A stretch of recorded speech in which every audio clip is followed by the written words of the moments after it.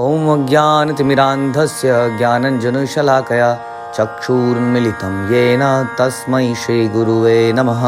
भगवते वासुदेवाय ॐ नमो भगवते वासुदेवाय ॐ नमो भगवते वासुदेवाय। श्रीमद् भागवतम पहला कैंटो अध्याय 18वां और 13वां श्लोक। तो इससे पहले आपने सुना कि किस प्रकार से नैमिषारण्य में शौनक और इत्यादि ऋषि बैठे हैं, उनके सामने सुत गोस्वामी हैं जो कि वक्ता हैं श्रीमद् भागवतम के। उस वार्तालाप को दोबारा से बता रहे हैं जो ओरिजिनली सुखदेव गोस्वामी ने परीक्षित महाराज से कही। तो सुत गोस्वामी बोलते हैं कि तुमने जो भी प्रश्न पूछे थे मैंने बता दिए परीक्षित महाराज के बारे में। अब ये थोड़े से घबरा जाते हैं, कहते हैं अरे ये तो चुप हो जाएंगे, अब बोलना बंद कर देंगे। हाँ, इसलिए वो उनके प्रति अपनी कृतज्ञता जाहिर करते हैं कि आप बोलते रहिए, भगवान करे कि आपकी लंबी उम्र हो और आप इस प्रकार बोलते चले जाएं।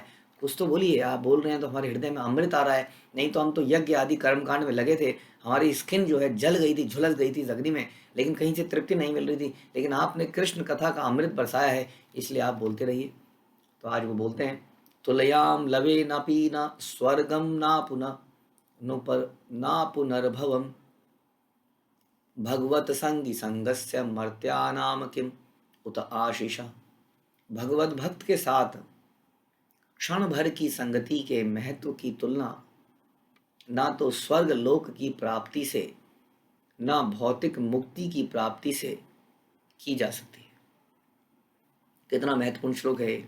भक्तों की संगति का महत्व यहाँ पर लिखा है श्रीमद् भागवतम में। अगर कोई कहे कि आप लोग तो ज़्यादा ही कुछ संगति को फोकस करते हैं, आप लोग चाहते हैं कि बस आपके साथ ही रह लें, आप जैसे ही बन जाएं, तो वास्तव में ये तो शास्त्रों की वाणी, हम थोड़ी कह रहे हैं। ये बताया है 13 श्लोक में कि भगवत भक्त के साथ लव मात्र साधु संग, कहते हैं ना साधु संग सर्व शास्त्र कहे, लव मात्र साधु संग सर्व सिद्धि है। सारे शास्त्र यही कहते हैं कि थोड़ी सी देर का भी समय अगर हमें किसी साधु के साथ मिल जाता है, साधु कौन? भगवान का भक्त। साधु मतलब दाढ़ी वाले बाबा नहीं है केवल, वो भी हो सकते हैं, लेकिन भगवान का भक्त जो है, अगर उसके साथ हमें थोड़ी देर भी संगति मिल जाती है तो इसकी तुलना स्वर्ग लोक की प्राप्ति से भी नहीं करी जा सकती है। हम लोग स्वर्ग के पीछे कितने फैसिनेटेड हैं, संसार के लोग। कोई मरता है तो कहते हैं स्वर्गवासी हो गया, यानी कि दैट शोज हमारा ड्रीम क्या है। जैसे बोलते हैं ना, बड़े होके बेटा क्या बनोगे? इंजीनियर बनोगे, डॉक्टर बनोगे। हाँ, इससे क्या जनरली यही सेंटेंस निकलते हैं ना, चाहे वो बने कुछ भी। इसका मतलब ये हमारे अंदर कहीं सुप्त अवस्था में ये ड्रीम है सबके हृदय में, हाँ ये बनेगा तो बढ़िया है। तो इसलिए हम कहते हैं स्वर्गवासी हो गए, यानी कि सबकी इच्छा है कि स्वर्ग में जाना एक बार। हाँ, वहाँ पर अप्सराएं हैं, सोमरस है, जीवन की लंबी आयु है, बहुत आनंद है, हमने सुना है। वहाँ के गार्डन बहुत ही बढ़िया है, नंदन कानन है, बहुत कुछ है। अमृत पीते हैं, कभी बीमार नहीं पड़ते हैं, मल नहीं त्यागते हैं, कितनी बढ़िया बात है। टॉयलेट की आवश्यकता ही नहीं है, एक्सीलेंट। घर में कोई 10 बाई 6 का जगह एक्स्ट्रा मिल गई, टॉयलेट भी गया घर से, उसको भी ड्राइंग रूम बना लेंगे। तो इच्छाएं होती हैं सबकी स्वर्ग लोग जाने की, लेकिन यहाँ बता रहे हैं कि अगर आप थोड़ी सी देर भी एक भक्त की संगति कर लें तो स्वर्ग लोक की प्राप्ति से भी ज़्यादा है। आप सोचिए कितना बड़ा सेंटेंस है अगर इसको सोचा जाए तो, क्योंकि हमारे जीवन में हम तो मिलते ही रहते हैं और हम तो उसकी कदर ही नहीं करते हैं जरा सी भी। लव मात्र साधु संग, तो उसकी तुलना ना तो स्वर्ग से ना भौतिक मुक्ति से। अब आधे लोग तो स्वर्ग के लिए ललायित हैं, मान लिया, कर्मकांडी लोग सारे, फल की इच्छा करने वाले, और बाकी जो कुछ लोग हैं जो इससे ऊपर जाना चाहते हैं, उनकी भी मैक्सिमम लिमिट क्या है? मुक्ति। मुक्ति का अर्थ क्या है उनके लिए? मुक्ति का मतलब छुट्टी। जैसे बोलते हैं ना बच्चे, स्कूल खत्म हुआ तो मुक्ति मिले, मतलब समस्या टले, बवाल टले। हाँ, इसको कहते हैं मुक्ति। क्योंकि संसार में इतना मुश्किलें हैं, कभी सर्दी आ रही है, कभी गर्मी आ रही है, कभी नौकरी, कभी कमाओ, ये करो वो करो, मुक्ति मिले इन सबसे। हे भगवान, इतने का प्रसाद रोज चढ़ाऊंगा, मुक्ति दिला दो। तो वो जो मुक्ति है वास्तव में बहुत बड़ी चीज़ है लोगों के लिए, योगियों के लिए, कितने संसार के 90% लोग तो मुक्ति ही चाहते हैं, उन्हें पता ही नहीं मुक्ति के ऊपर भी कुछ है। हाँ, तो उसकी तुलना में भी भक्त की संगति अधिक है। बताइए, बहुत बड़ी बात हो गई तो। और थोड़ी सी भी संगति। हम्म? तो फिर उन सांसारिक वरदानों के विषय में क्या कहा जाए जो भौतिक संप्रदाय के रूप में होते हैं, मर्त्यों के लिए हैं। अब बोले क्या डिस्कस करें बाकी चीज़ों के बारे में। आयुष्मान भव, चिरंजीवी भव, तुम्हारे घर में पुत्र की प्राप्ति हो, भगवान करे तुम्हारे बंगले बने, तुम्हारी नौकरी लगे। इन वरदानों की तो बात क्या करें। ये वाले प्रसाद चढ़ाओगे तो बेटा ऐसा हो जाएगा, ये करोगे तो ऐसा हो जाएगा। इन वरदानों की तो बात ही क्या करें। स्वर्ग लोक की प्राप्ति और भौतिक मुक्ति भी कुछ नहीं है भक्त की संगति के आगे। क्यों? क्योंकि भक्त की संगति से हमें क्या मिल सकता है? हमें गोलोक मिल सकता है, हमें अपने जीवन का वास्तविक आत्म साक्षात्कार हो सकता है, सेल्फ रियलाइजेशन, जो कि अदरवाइज पॉसिबल नहीं है। एक भक्त ही हमें आत्म साक्षात्कार कराता है अपने चरित्र से, अपने वचनों से। इस प्रकार से तो भगवान के शुद्ध भक्तों के लिए स्वर्गलोक में प्राप्य सुख माया जाल के समान है, क्योंकि वो सुख दुख की भौतिक धारणाओं से पहले से मुक्त है। वास्तव में भक्तों को कुछ जीवन में चाहिए ही नहीं। स्वर्ग की प्राप्ति क्या करेगा वो भक्त? उसको चाहिए ही नहीं, उसको डज नॉट वांट एनीथिंग। यहाँ तक कि अर्जुन जैसा व्यक्ति, अर्जुन जब भगवान अपने पिता, एक तरह से उनके पिता ही थे इंद्र, गए तो इंद्र ने बोला लो जी Urvashi, I offer it to you. Urvashi Urvashi गाने गाते रहते हैं पिक्चरों में। उर्वशी तो उनको प्रदान कर दी गई, लीजिए अर्जुन आपके लिए भेंट स्वरूप उर्वशी। उन्होंने कहा अरे ये तो मेरी माँ समान है, हे माते नमस्कार। सोचिए, ऐसे होते हैं भगवान के भक्त जो स्वर्ग में जाके स्वर्ग की ऑपुलेंसेस को ठुकरा देते हैं। इसलिए उनको किसी चीज़ की आवश्यकता ही नहीं है। इसलिए उनको कौन मतलब बहलाएगा फुसलाएगा। इसलिए हरिदास ठाकुर बैठ के नाम जप कर रहे हैं। एक बहुत ही सुंदर स्त्री, सबसे सुंदर पॉसिबल स्त्री अगर कोई हो सकती है, क्योंकि माया देवी स्वयं आई थी।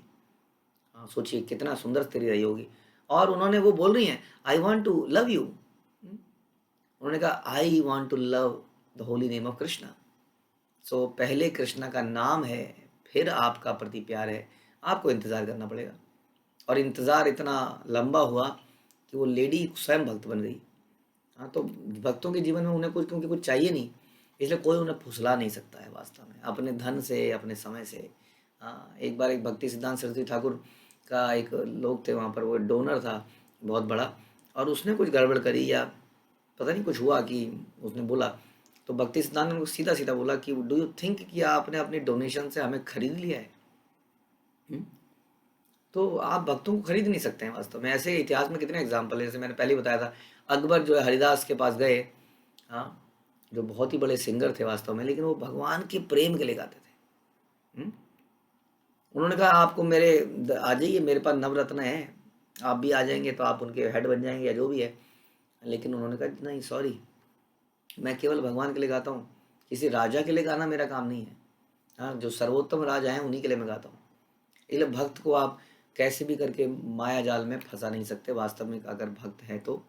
इसका अर्थ हुआ कि भगवान के शुद्ध भक्त इस जगत तथा आध्यात्मिक जगत दोनों में ही दिव्य स्थिति में रहते हैं। यानी कि न केवल आध्यात्मिक जगत में तो सभी दिव्य स्थिति में है, जो भक्त है वो इस संसार में भी दिव्य स्थिति में रहता है, क्योंकि वो इन चीज़ों से ऊपर उठ जाता है। जिस प्रकार सरकारी नौकर सदा नौकर रहता है, चाहे घर में रहे ऑफिस में रहे, इसी प्रकार भक्त जो है उसका किसी चीज़ से कोई लेना देना नहीं है, चाहे वो इस संसार में रहे चाहे वो दूसरे संसार में रहे, वो हमेशा ट्रांसेंडेंटल होता है, दिव्य होता है। और भागवत संगी जो सदैव भगवान के नाम यश गुण आदि की संगति में रहता है, ऐसी संगति सदैव वांछनीय है, पूजनीय है, प्रशंसनीय है और जीवन का सर्वोच्च लक्ष्य है। प्रभुपाद अंत में कह रहे हैं इट्स सच एसोसिएशन, अगर हमें ऐसी एसोसिएशन मिल जाए जिसमें भगवान के नाम रूप गुण लीला की चर्चाएं होती हों, भगवान की सेवाओं के डिस्कशन होते हों, तो ऐसी संगति वांछनीय है, डिजायरेबल है, पूजनीय है, वर्शिपेबल है और प्रशंसनीय, एडमायरेबल है। जो यही जीवन का परम लक्ष्य है। यानी कि हमारे जीवन का असली लक्ष्य क्या होना चाहिए? समहाउ मैं भक्तों की संगति में रहूं। क्यों?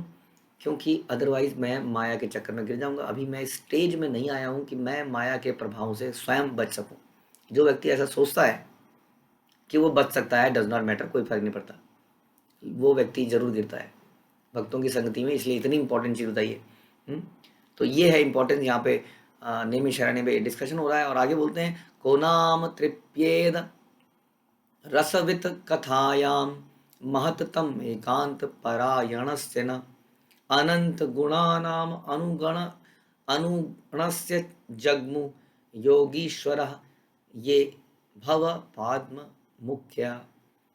पूर्ण पुरुषोत्तम भगवान श्री कृष्ण समस्त महान जीवों के एकमात्र आश्रय हैं। एकमात्र, ऐसा नहीं बता रहे हैं कि इस महीने में ये वाले देवता हैं, उस महीने में ये वाले देवता हैं, इस महीने में इसमें इनकी पूजा करनी है, उसमें उनकी पूजा करनी है, आज मंगल है, आज सोम है, आज बुध है। बोले समस्त जीवों के एकमात्र आश्रय है और उनके दिव्य गुणों का मापन शिव तथा ब्रह्मा जैसे यौगिक शक्तियों के स्वामी भी नहीं कर सकते। अब शिव और ब्रह्मा बहुत बड़े यौगिक शक्ति के व्यक्ति हैं। शिव जी ने पूरा विश्व का सागर से जो विष निकला उसको कंडेंस करके हथेली में एक चुल्लू भर पानी बना लिया विष को। सोचिए, जो विष इतना खतरनाक था उसको कंडेंस कर दिया जाए तो कितना खतरनाक हो, और अपने गले में डाल लिया, यहीं पटका लिया, लो जी करते रहो काम। ब्रह्मा जी की शक्ति आप जानते हैं। ये सृष्टि की ज़बरदस्त सृष्टि की रचना सोचिए, इतने सारे शरीर बनाना, उनमें अलग अलग तरह का डिज़ाइन, किडनी और क्या क्या चीज़ हैं। आज हमारे डॉक्टर साहब देख देख के कुछ कुछ फाड़ फूड़ के करते हैं, कुछ होता नहीं है फिर भी। आधी से ज़्यादा चीज़ों के बारे में अभी भी नहीं पता अंदर क्या है। Brahma ji is the creator, कितने बड़े इंजीनियर हैं वो। तो ये जो यौगिक शक्तियों के मालिक हैं बता रहे हैं, ये भी भगवान के दिव्य गुणों का मापन नहीं कर सकते। हाँ, ये भी कंफ्यूज रहते हैं। जैसे हमने शुरू में बताया था कि जब ब्रह्मा जी संसार में आए या उन्होंने आँख खोली, उन्हें समझ ही नहीं आया मैं कहाँ पर हूँ, एक कमल पे बैठा हूँ, कमल की नाल कहाँ पे एंड हो रही है, नो आइडिया, ये सोर्स कहाँ है। जैसे जनरली कमल दिखता है, उसकी जो नाल है या कमल स्टेम है, आपको पता चल जाता है ये नीचे जा रही है। कितना नीचे होगा झील का पानी, पता नहीं 100 मीटर 200 मीटर या जो भी होगा, नीचे जाते जाओ तो पता लग ही जाता है। ब्रह्मा जी जैसा व्यक्ति कह रहे हैं नीचे जाते गए अनंत काल तक उन्हें अंत ही नहीं मिला। नो आइडिया मेरा पिता कौन है, मैं कहाँ से आया हूँ, मैं कौन हूँ। The first question Brahma ji asked. तब उन्होंने तपस्या करी तो उनके हृदय में समझ में आया कि मैं कौन हूँ, किसका पुत्र हूँ, मुझे करना क्या है। तो इसलिए कह रहे हैं कि ये लोग भी भगवान की शक्ति को एनालाइज ही नहीं कर सकते हैं कि what is the end of the power of Krishna. तो भला जो रसास्वादन में पटु है वो उनकी कथाओं से तृप्त कैसे होगा। रसास्वादन में पटु है, यानी कि जिसने जीवन में भगवान की कथाओं को सुनने में इंटरेस्ट पैदा कर लिया है, वो व्यक्ति वाकई में भाग्यवान है। वो कैसे संतुष्ट हो जाएगा इन कथाओं के श्रवण से। हाँ, जिससे हमें प्रेम होता है उसके बारे में सुनना हमें बड़ा अच्छा लगता है। जैसे हमारी नई नई शादी पक्की हुई, माना, हाँ, एक लड़की से उसके होने वाले पति के बारे में बात करी जाए, फियांसी के बारे में बात करो, बड़ा अच्छा लगता है। हाँ, अच्छा मैं गई थी, हाँ तेरे होने वाले के यहाँ गई थी, वो कुछ दिवाली देने गए थे जी, हम दिवाली देने गए थे, वहाँ बैठा था, हाँ, पिंक कलर की शर्ट में था, ऐसा। अच्छा अच्छा क्या कर रहा था, अच्छा ये कर रहा था। बोलते जाओ जी, बोलते जाओ, सुनने वाला बड़ा मज़ा आ रहा है। और दूसरा एग्जाम्पल है हमारे बच्चों के बारे में। हमारे छोटे छोटे बच्चे हैं, हाँ, माताओं के सामने उन बच्चों के बारे में अगर चर्चा की जाए, आपके बच्चे ने आज ये किया, like just like लीलाज of Krishna, हाँ, बचपन की लीलाएं सुन के यशोदा माँ प्रसन्न होती थी। यहाँ सारी माताओं से उनके बच्चों के बारे में बोलते रहो बोलते रहो बोलते रहो, बड़ा मज़ा आता है क्योंकि हृदय में प्रेम है। इसलिए जब ये प्रेम हमारा कृष्ण के प्रति पैदा हो जाता है तो उनके बारे में सुनना बड़ा अच्छा लगता है। कई बार लोग कहते हैं प्रभु जी कहानी सुनाओ, कुछ कहानी मजा आए, सांप कांटा परीक्षित महाराज, सांप कहाँ से आया, क्या किया। बीच बीच में ये भगवान की ग्लोरिफिकेशन आती है लंबी चौड़ी सी। कोई स्तुति गाने लगता है तो 25 30 40 श्लोकों में बोलता रहता है, हे भगवान तुम तीनों गुणों के परे हो, हे भगवान तुम सुंदर हो, इसको हटाओ। क्योंकि अगर आपसे कोई यदि बोले, कभी आपने एहसास किया इस बात का, आपसे कोई बोले प्रभु जी आपकी ये नाक बड़ी सुंदर है, प्रभु जी कैसे बचपन से ही करी है आपने, खींच खींच के लंबी करी, हाँ आपकी आंखें बहुत सुंदर है प्रभु जी, आप जब बोलते हो तो फूल झड़ते हैं, आप जब ये करते हो तो ये होता है। कभी आपने कहा बस करो बेकार है सब, क्या बोले जा रहे हो, अंदर से लगता है बोलता रहे बोलता रहे बोलता रहे। लेकिन कृष्ण के बारे में ऐसा सुनते ही लगता है हो तो गया, बस कितना बोलेंगे। होता है ना कई बार कि भक्तों की ग्लोरिफिकेशन हो रही हो तो गया, बस बकवास बस बोलते रहते हैं, तो झूठ झूठ सब कुछ बोलते रहते हैं। हाँ, क्योंकि हृदय में ईर्ष्या है अगर, तो भगवान और भक्तों की ग्लोरी सुनने में दिक्कत सी होएगी। लेकिन भक्तों का जीवन यही है, कहते हैं ऐसे श्रोता जो है उनका उन लगातार जो रसास्वादन में पटु हैं, वो सुनते ही रहते हैं, सुनते ही रहते हैं, सुनते ही रहते हैं। सुध गोस्वामी नैमिषारण्य के ऋषियों के समक्ष भगवान कृष्ण की कथा को चालू रखना चाह रहे थे। हाँ, और ऋषियों ने भी उसे लगातार सुनने की अपनी इच्छा व्यक्त करी। दोनों ही चाह रहे हैं, क्योंकि भगवान दिव्य हैं, उनके गुण दिव्य हैं, अतः ऐसी वार्ताएं शुद्ध श्रोताओं के ग्राही भाव को बढ़ाती हैं। दोनों ही वास्तव में चाह रहे थे कि ये चर्चा चलती ही रहे। तन्नो भवान वे भगवत प्रधानो महत्तम एकांत परायणस्य हरे उदारम चरितम विशुद्धम सुश्रुताम न वितनोतु विद्वन। हे सुत गोस्वामी, आप विद्वान हैं, भगवान के शुद्ध भक्त हैं, क्योंकि आपकी सेवा का प्रमुख उद्देश्य भगवान है। अतएव आप कृपया हमें भगवान की लीलाएं सुनाइए। क्यों सुनाइए? बड़ा इंपॉर्टेंट विषय यहाँ पे बोला गया। आप ही क्यों सुनाइए? क्योंकि आप भगवान के शुद्ध भक्त हैं और आपका मुख्य उद्देश्य भगवान की सेवा है। आपका उद्देश्य नोट कमाना नहीं है। आप भागवत सप्ताह करने नहीं आए हैं चंद रुपयों के लिए। आप नाम और शोहरत कमाने नहीं आए हैं। आप कुछ घुंघराले हेयर स्टाइल बना के नहीं आए हैं कि वो कृष्णा ही अवतार होके लीला बखान कर रहे हैं। अरे ये कैसे कृष्णा है, इनके बाल कभी सफेद ही नहीं होते। हाँ, ये कैसे वक्ता हैं? वक्ता थोड़ी है, स्वयं कृष्ण ही तो बैठा है, इसलिए बाल डाई करके आता है। तो ऐसा है ना, ऐसे उद्देश्य, ऐसे भागवत कथाओं से कभी हृदय परिवर्तन नहीं होगा। अभी प्रपात बताएंगे इस कार्य में, क्योंकि आपकी सेवा का प्रमुख उद्देश्य भगवान है, इसलिए आप हमें लीलाएं सुनाइए जो समस्त भौतिक विचारधारा से ऊपर है, क्योंकि हम ऐसा संदेश प्राप्त करने के लिए आतुर हैं। इससे पता चल रहा है कि कितनी एक्साइटमेंट है सुनने वाले के अंदर, और ये एक्साइटमेंट सुनाने वाले की एक्साइटमेंट को बढ़ा देता है। प्रभुपाद बताते हैं, पूरे परपट में बड़ा अच्छा परपट लिखा है, जैसे सारे ही हैं। भगवान के दिव्य कार्यकलापों के वक्ता का एक ही लक्ष्य होना चाहिए, और वह है पूर्ण पुरुषोत्तम भगवान कृष्ण की पूजा, उनकी सेवा। वक्ता का और श्रोता का दोनों का एक ही लक्ष्य होना चाहिए, क्या? भगवान की पूजा और सेवा। नॉलेज गेन करना नहीं हो चाहिए। अच्छा प्रभु जी, आपने ये कहानी बताई, इसमें इतने प्रकार बताए, इतने ये बताए, मैं नोट कर लेता हूँ। कई बार हम ऐसी चीज़ों को बड़ी जल्दी नोट करते हैं। मैं आपको भक्ति के 3 प्रकार बताता हूँ, मैं आपको अपराधों के 5 प्रकार बताता हूँ। हाँ, बस प्रकारों को लिखते रहेंगे, क्योंकि हमें इन्फॉर्मेशन गैदर करनी होती है। हम ये नहीं लगता है कि मुझे क्या करना है, मुझे अपने अंदर ये परिवर्तन लाना है, ये कभी नोट में नहीं आएगा। बस यही आता रहेगा, डाटा डाटा डाटा। इतने 1000 साल पहले इतने करोड़ सैनिक थे, कुरुक्षेत्र के युद्ध में कितने अक्षौणी सेना थी, ये सब हम नोट कर लेते हैं। तो हम इन्फॉर्मेशन चाहते हैं। वास्तविक लक्ष्य क्या बता रहे हैं? भगवान कृष्ण की पूजा, उनकी प्रसन्नता। हम क्यों सुनते हैं? भगवान की प्रसन्नता के लिए। हम जब क्यों करते हैं? भगवान की प्रसन्नता के लिए। और ऐसी कथाओं के श्रोताओं को इन्हें सुनने के लिए आतुर होना चाहिए। जब ऐसा संयोग हो जाता है कि श्रोता भी आतुर है, बोलने वाला भी बोलने के लिए आतुर है भगवान के लिए, हाँ, तब ऐसा संयोग जब हो जाता है, तभी दिव्य के विषय में अत्यंत सौहार्दपूर्ण वार्ता हो पाती है। व्यावसायिक वक्ता तथा भौतिकता में लिप्त श्रोता ऐसी वार्ताओं से कभी वास्तविक लाभ नहीं उठा पाते। व्यावसायिक वक्ता अपने परिवार के भरण पोषण के लिए भागवत सप्ताह का दिखावा करते हैं।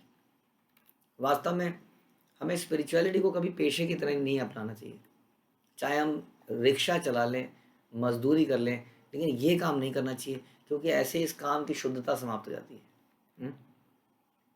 देखिए, जब आदमी नौकरी करने लगता है ना, इसलिए कहते हैं कि ब्राह्मण कभी नौकरी नहीं करता कायदे से, क्योंकि जब व्यक्ति नौकरी करता है ना, तो सही शब्द नहीं बोल सकता है। आप अपने बॉस के सामने कहते हैं ना, बॉस इज ऑलवेज राइट, आप कैसे उसको बोलेंगे कि नहीं आप गलत कह रहे हैं?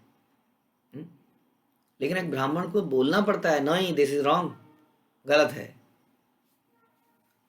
आप नौकरी कर रहे होंगे तो आप किसी से पैसे लेके भागवतम पढ़ रहे हैं, कहीं पर भागवत सप्ताह कर रहे हैं, आपको पता है कि एक शब्द गलत बोला, इसके रिश्तेदार आए में सारे, कोई भी रिश्तेदार नाराज हो जाएगा, चला जाएगा छोड़ के, अगली बार मुझे बुलाएगा ही नहीं। तो आपके मुंह से वो निकलेंगी ही नहीं बातें, आपके मुंह से बातें ही वो निकलेंगी जो वहाँ के बैठे हुए लोगों को अच्छी लगती हैं, और वो बैठ लोग तो ऑलरेडी निचले स्तर पे हैं। उनको खुश करने के लिए बोलेंगे तो कितना नीचे आना पड़ेगा सोचिए, तो क्या उसकी ओरिजिनलिटी रहेगी। इसलिए अपने परिवार के भरण पोषण के लिए भागवत सप्ताह करते हैं, और भौतिकता ग्रस्त श्रोता भागवत सप्ताह की इन वार्ताओं को किसी न किसी भौतिक लाभ, धार्मिकता, संपत्ति, इंद्रिय तुष्टि, मोक्ष के लिए सुनते हैं।